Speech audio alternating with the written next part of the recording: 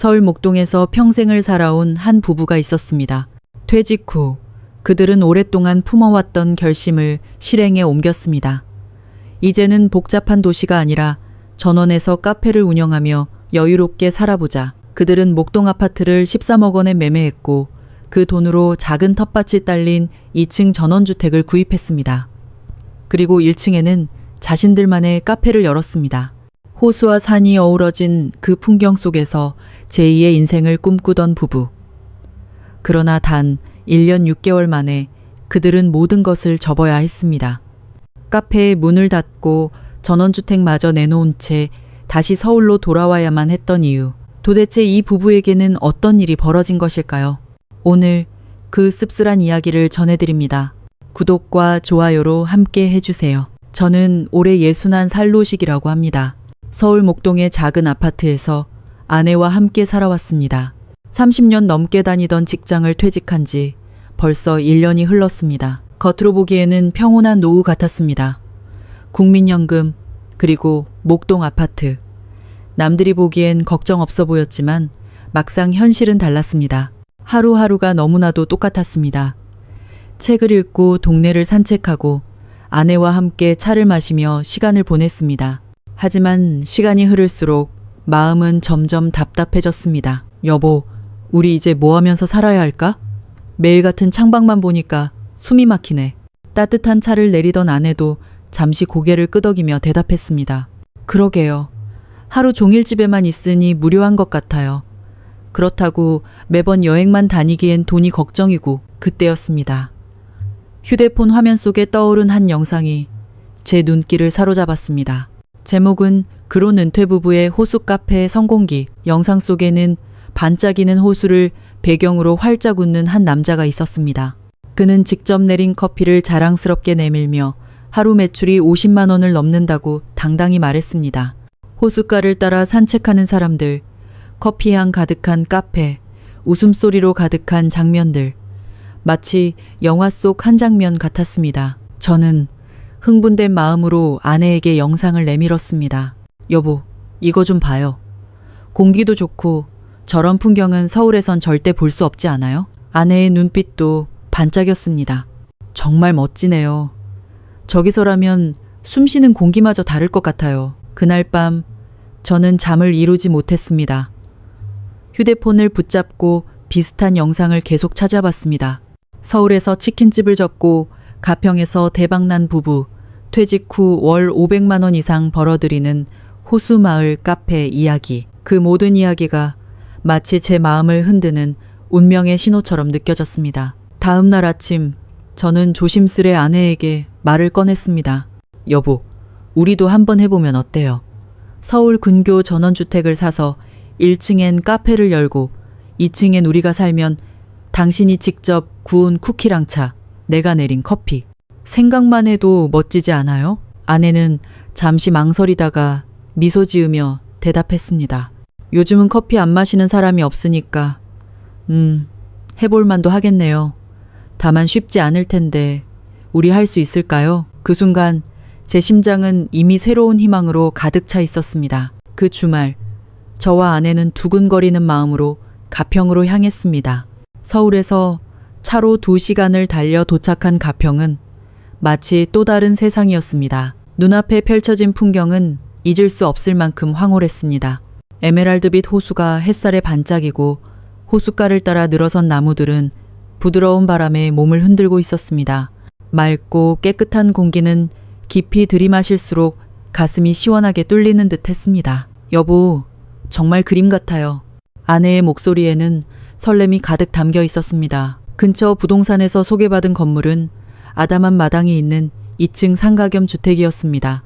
1층은 카페로 쓰기 적합했고 2층은 생활 공간이었죠. 창문을 열자 호수가 한눈에 들어왔습니다. 물 위로 반짝이는 햇살이 눈부시게 부서지며 들어왔습니다. 아내는 마당 한쪽에 작은 텃밭을 보며 감탄했습니다. 여기서라면 내가 늘 꿈꾸던 작은 정원을 가꿀 수 있겠네. 그때 부동산 사장이 다가와 미소 지으며 말했습니다. 이 건물은 6억 원입니다. 호숫가 건물 중에서는 가장 저렴한 편이고 카페 창업하기에는 최적의 자리예요. 그 말을 듣는 순간 제 마음은 이미 결정을 향해 기울고 있었습니다. 목동 아파트는 현재 13억 원의 매매가 가능했고 세금과 수수료를 제해도 12억 원 가까이 손에 쥘 수 있었습니다. 그 돈으로 이 건물을 사도 6억 원이 남고 인테리어와 장비를 마련하고도 여전히 넉넉한 노후 자금이 확보될 터였습니다. 머릿속 계산기를 두드릴수록 가슴은 점점 더 벅차올랐습니다. 여기서라면 정말 제2의 인생을 시작할 수 있겠다. 집으로 돌아온 우리는 아이들에게 이 계획을 조심스럽게 털어놓았습니다. 하지만 반응은 싸늘했습니다. 큰아들 준호는 고개를 저으며 말했습니다. 아버지, 카페는 한 번도 안 해보셨잖아요. 괜히 고생만 하실 것 같아요. 딸 미영도 거들었습니다. 맞아요. 전원주택 생활은 불편한 게 한두 가지가 아닐 텐데 괜찮으시겠어요? 그러나 제 결심은 흔들리지 않았습니다. 너희는 이해하지 못할지 몰라도 우리 세대는 원래 이런 환경에서 자랐다. 아파트가 오히려 우리에게는 더 갑갑하다. 우리는 작게 조용히 할 거다. 걱정하지 마라. 아이들은 끝내 설득되지 않았지만 제 마음은 이미 굳게 닫혀 있었습니다. 지금 아니면 안 된다는 생각. 시간이 더 지나면 몸도 약해지고 새로운 시작은 불가능해질 것이라는 조급함이 오히려 제게 용기를 주었습니다. 2023년 2월, 마침내 우리는 목동 아파트를 시장에 내놓았습니다. 30년 넘게 함께했던 집을 떠난다는 생각에 아쉬움이 밀려왔지만 곧 다가올 새로운 삶에 대한 기대감이 더 컸습니다. 며칠 후 계약이 성사되었습니다. 매매가는 13억 원. 양도세와 중개수수료를 제하고 나니 통장에는 11억 원이 조금 넘는 돈이 찍혔습니다. 그 순간 가슴이 벅차올랐습니다. 이제 진짜 시작이구나. 우리는 곧장 가평으로 내려가 그동안 눈여겨봤던 호숫가 건물을 계약했습니다. 매매가는 6억 원. 1층은 카페, 2층은 우리의 보금자리. 드디어 꿈꾸던 그림이 현실로 다가왔습니다. 카페를 준비하기 위해 인테리어 공사와 장비 구입에 약 2억 원을 썼습니다. 최신 커피 머신, 원두 보관시설, 테이블과 의자, 그리고 아내가 직접 굽는 빵과 쿠키를 위한 오븐까지. 모든 준비가 차곡차곡 진행되자 남은 돈은 약 3억 원 정도. 이 정도면 카페 운영에 문제가 생겨도 노후 자금으로 충분히 버틸 수 있겠지. 공사가 진행되는 동안 아내는 조심스레 말했습니다. 여보, 이대로 시작하는 건 조금 불안해요. 제대로 배워야 하지 않을까요? 그 말에 고개가 끄덕여졌습니다. 그래서 우리는 바리스타 학원에 등록했습니다. 매일같이 에스프레소 추출 방법을 배우고 라떼, 아트, 손목 스냅을 연습했습니다. 처음엔 서툴렀지만 손끝에 익숙함이 쌓일수록 자신감도 차올랐습니다. 아내는 따로 제과제빵 학원까지 등록했습니다. 쿠키와 머핀, 간단한 빵 만드는 법을 배우며 하루하루를 보냈습니다. 이제야 뭔가 다시 살아있는 기분이네. 아내의 얼굴에는 오랜만에 활기가 돌았습니다. 드디어 인테리어 공사가 끝났습니다. 호숫가가 한눈에 내려다 보이는 창가, 아늑한 조명, 은은한 원목 테이블, 마당에는 작은 텃밭까지 갖춰져 있었습니다. 그 순간 우리 부부의 가슴 속에는 설렘이 가득했습니다. 이제 진짜 새로운 삶이 시작된다. 마침내 카페 오픈의 날이 다가왔습니다. 이른 아침 아내와 저는 함께 문을 열며 두근거리는 마음을 감추지 못했습니다. 새로 칠해진 간판, 은은한 커피향, 창가로 들어오는 햇살. 모든 것이 마치 우리를 축복하는 듯 했습니다. 여보, 드디어 시작이네요. 아내는 눈시울이 붉어지며 속삭였습니다. 저 역시 깊은 숨을 내쉬며 대답했습니다. 그래, 이제 진짜 제2의 인생이 시작이야. 첫 손님이 문을 열고 들어왔을 때 가슴이 벅차올라 눈물이 날 뻔했습니다. 직접 내린 커피와 아내가 구운 쿠키를 건네며 우리는 웃음 가득한 인사를 나눴습니다. 그날 저녁 카페 안은 손님들의 웃음소리와 커피잔 부딪히는 소리로 가득 차 있었습니다. 짧지만 확실한 행복이 그 자리에 있었습니다. 주말에는 가족 단위 손님들이 찾아왔습니다. 아이들은 정원에서 뛰놀았고 부모들은 커피를 마시며 호수를 바라보았습니다. 여보, 손님들이 쿠키 맛있대요. 아내의 얼굴은 오랜만에 아이처럼 환하게 빛났습니다. 저도 기분 좋게 웃으며 대답했습니다. 당신이 배운 게 헛되지 않았네. 하지만 시간이 흐르면서 조금씩 이상한 기운이 느껴졌습니다. 평일에는 손님이 거의 없었고 하루 종일 기다려도 단 한 잔도 팔리지 않는 날이 생겼습니다. 심지어 주말에도 기대만큼 손님이 몰리지 않았습니다. 여보, 오늘은 진짜 손님이 없네. 아내는 텅 빈 카페를 둘러보며 한숨을 내쉬었습니다. 그러게, 주말인데 고작 5잔 팔았어. 이래서야 전기세도 안 나오겠네. 게다가 원두 가격은 해마다 크게 올랐습니다. 커피 한 잔 팔아도 남는 게 점점 줄어들었고 우리 둘은 하루 종일 문을 열고 기다려야 했습니다. 청소, 정리, 준비로 하루가 순식간에 사라졌지만 매출은 늘 제자리였습니다. 그리고 문제는 카페 운영만이 아니었습니다. 전원생활 그 자체가 생각보다 훨씬 힘들었습니다. 서울에서의 편리함은 온데간데 없고 매일이 낯선 도전의 연속이었습니다. 가평에서 맞이한 첫 겨울은 우리가 상상했던 낭만과는 전혀 달랐습니다. 서울보다 훨씬 매서운 추위가 몰아쳤고 보일러를 밤새 틀어도 집안은 늘 싸늘했습니다. 난방비는 서울의 2배 이상으로 치솟았습니다. 여름 장마철에는 하루 종일 비가 쏟아지면 앞마당은 금세 진흙탕으로 변했습니다. 물이 잘 빠지지 않아 집안까지 습기가 스며들었고 가구와 벽지는 금세 눅눅해졌습니다. 서울에서는 당연하다고 여겼던 작은 편리함조차 이곳에서는 큰 불편으로 다가왔습니다. 치통이 갑자기 찾아왔던 어느 날 우리는 왕복 2시간을 들여 큰 병원을 다녀와야 했습니다. 마트나 문화시설 같은 기본적인 생활 편의시설도 멀리 떨어져 있어 차 없이는 아무것도 할 수 없었습니다. 하지만 무엇보다 힘들었던 건 외로움이었습니다. 서울에서는 늘 북적이던 사람들, 친구들과의 만남, 언제든 연락할 수 있는 지인들이 있었지만 이곳에서는 모든 게 달랐습니다. 밤 8시만 되면 동네는 고요 속에 잠겼고 낯선 이방인으로 들어온 우리 부부에게 이웃은 쉽게 다가와 주지 않았습니다. 이미 오래전부터 함께 살아온 마을 사람들 사이에 섞이기란 쉽지 않았습니다. 여보, 우리 여기서 잘 적응할 수 있을까요? 아내는 점점 말수가 줄어들었고 미소조차 보기 힘들어졌습니다. 그래도 우리는 서로를 의지하며 버텼습니다. 손님이 없어도 매일 아침 문을 열고 커피를 내리고 쿠키를 굽고 가게를 청소했습니다. 언젠가는 좋아지겠지. 조금만 더 기다리면 손님이 늘어나겠지. 그 희망 하나로 우리는 버티고 있었습니다. 그러나 마음속 깊은 곳에서는 이미 작은 균열이 생기기 시작했습니다. 정말 이 선택이 옳았을까? 낭만을 꿈꾸며 떠나온 전원 생활이었는데 그곳에서 우리를 기다린 건 예상치 못한 고단한 현실이었습니다. 긴 겨울이 지나고 봄이 찾아왔지만 우리의 상황은 나아지지 않았습니다. 오히려 카페의 매출은 초반보다 절반 이상 줄어들었습니다. 가장 큰 문제는 경쟁이었습니다.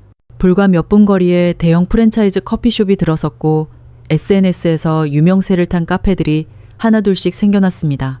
다양한 메뉴, 저렴한 가격, 빠른 서비스.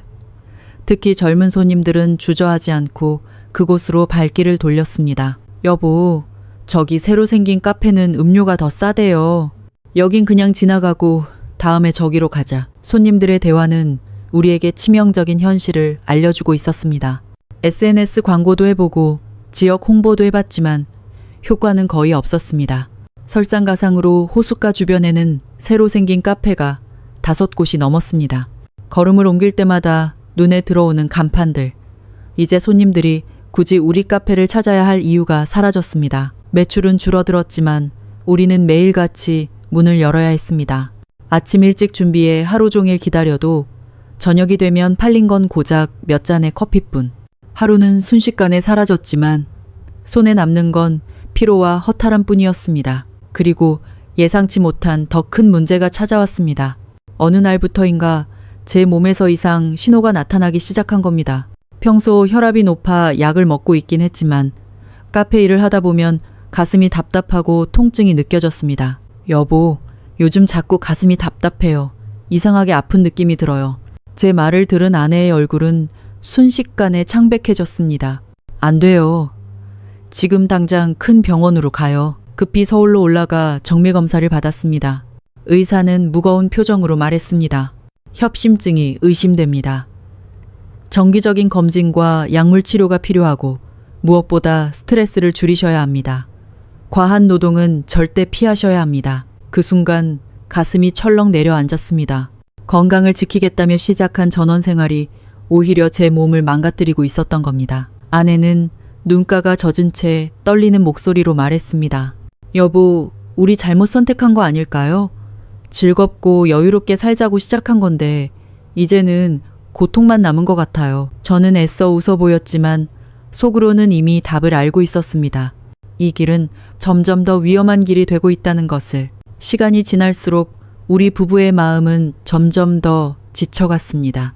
손님은 줄어들고 건강은 무너지고 외로움은 깊어졌습니다. 아내는 예전처럼 활기차게 웃지 않았습니다. 사교적이던 그녀가 이제는 말수가 줄고 표정에는 늘 그늘이 드리워져 있었습니다. 나 또한 언제부터인지 하루에도 몇 번씩 깊은 한숨을 내쉬곤 했습니다. 그러던 어느 여름 새벽, 갑작스러운 소리에 잠에서 깨었습니다. 쨍그랑 낯선 파괴음이 1층에서 들려왔습니다. 여보, 지금 무슨 소리예요? 그러게, 뭐지? 조심스레 내려가 본 순간 우리는 눈앞의 광경의 할 말을 잃었습니다. 카페 유리창이 산산조각 나 있었고 바닥에는 커다란 돌멩이가 굴러 떨어져 있었습니다. 누가 이런 짓을. 급히 경찰에 신고했지만 돌아온 답변은 차가웠습니다.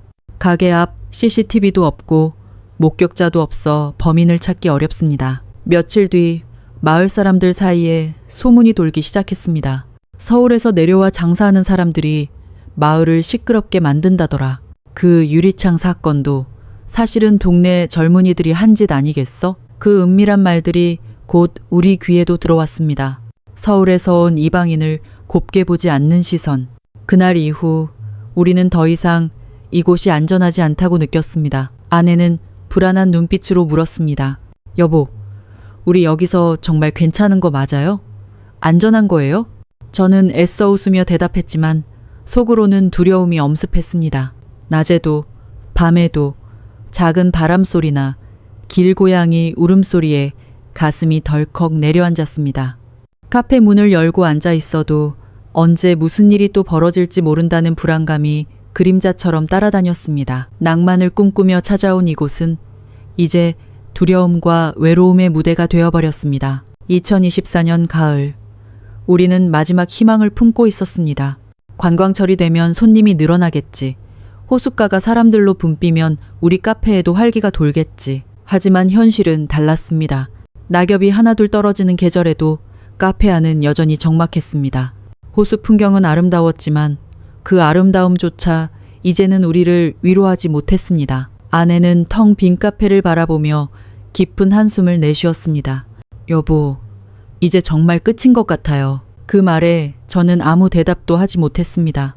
가슴 깊은 곳에서 올라오는 단어 하나. 후회. 처음의 설렘과 희망은 사라지고 남은 것은 지쳐버린 몸과 상처뿐이었습니다. 만약 목동 아파트를 팔지 않았더라면 그 생각이 머릿속을 떠나지 않았습니다. 결국 우리는 결정을 내려야 했습니다. 더 이상 버틸 수 없다는 사실을 인정할 수밖에 없었습니다. 여보, 이제 그만합시다. 우리 힘으로는 안 되는 것 같아요. 제 목소리는 떨리고 있었지만 동시에 묘한 안도감이 밀려왔습니다. 아내는 눈물을 머금은 채 고개를 끄덕였습니다. 그날 밤 우리는 함께 카페 문을 닫으며 속으로 울었습니다. 우리의 꿈이 이렇게 끝나는구나. 1년 반 동안 지켜온 제2의 인생. 하지만 결국 남은 건 초라한 현실뿐이었습니다. 우리는 결국 호숫가 집과 카페를 시장에 내놓았습니다. 6억 원에 구입하고 인테리어에만 2억 원을 쏟아부었던 건물이었지만 결국 손해를 보고 5억 원에 팔 수밖에 없었습니다. 그토록 꿈꾸던 전원 생활은 사라지고 우리 손에 남은 건 크게 줄어든 노후 자금뿐이었습니다. 서울로 돌아와 작은 전셋집을 구했을 때 마음 한켠은 텅 빈 듯 허전했습니다. 그러던 어느 날 목동에서 함께 지내던 옛 이웃 김 사장에게서 전화가 걸려왔습니다. 노 씨, 잘 지내나? 큰일 났어. 들었어? 무슨 일이에요? 네가 살던 아파트 있잖아. 정부에서 재건축 규제 완화한다고 발표하면서 집값이 폭등했어. 지금 시세가 17억이래. 순간 손에서 힘이 빠져 전화기를 떨어뜨릴 뻔했습니다. 17억? 내가 13억에 팔았는데? 그래, 불과 1년 반 만에 4억이나 올랐어. 앞으로 더 오른다더라. 그 말을 듣는 순간 온몸이 굳어버렸습니다. 심장이 쿵 하고 내려앉는 듯했고 눈앞이 아득했습니다. 옆에서 대화를 듣던 아내는 긴 한숨을 내쉬며 말했습니다. 여보, 우리가 너무 성급했어요. 조금만 더 기다렸더라면. 저는 말없이 고개를 끄덕였습니다. 안정이 주는 삶의 가치를 우리는 그제서야 깨달았습니다. 지금의 나는 작은 아파트 단지의 경비 보조원으로 하루를 시작하고 또 하루를 마무리합니다. 한때는 호숫가 카페에서 제2의 인생을 꿈꿨지만 이제는 단순한 일상 속에서 소박한 시간을 보내고 있습니다. 창밖을 바라보며 문득 생각합니다. 우리가 조금만 더 신중했더라면, 조금만 더 현실을 따져봤더라면 지금은 어땠을까? 아름답던 호수의 풍경은 이제 후회로 남았습니다. 하지만 이 경험을 통해 배운 것은 단 하나였습니다. 노후 자금에서 가장 중요한 건 모험이 아니라 안정이다. 여러분, 우리의 이야기가 누군가의 노후 준비에 작은 교훈이 되길 바랍니다. 끝까지 시청해 주셔서 감사합니다. 구독과 좋아요 부탁드립니다.